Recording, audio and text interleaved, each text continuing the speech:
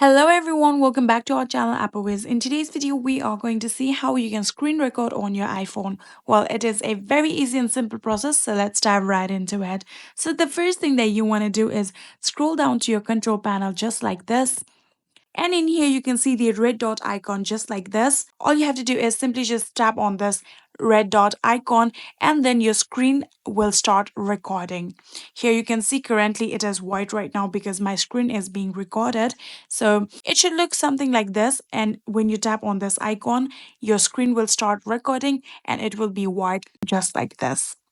So if you want to use microphone while recording your screen, you can simply just long press on this option just like this, and in here you can see the option of microphone right here. So it is currently red because I am using the microphone right now.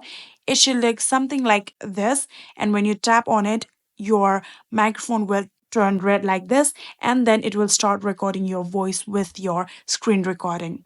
And that is it.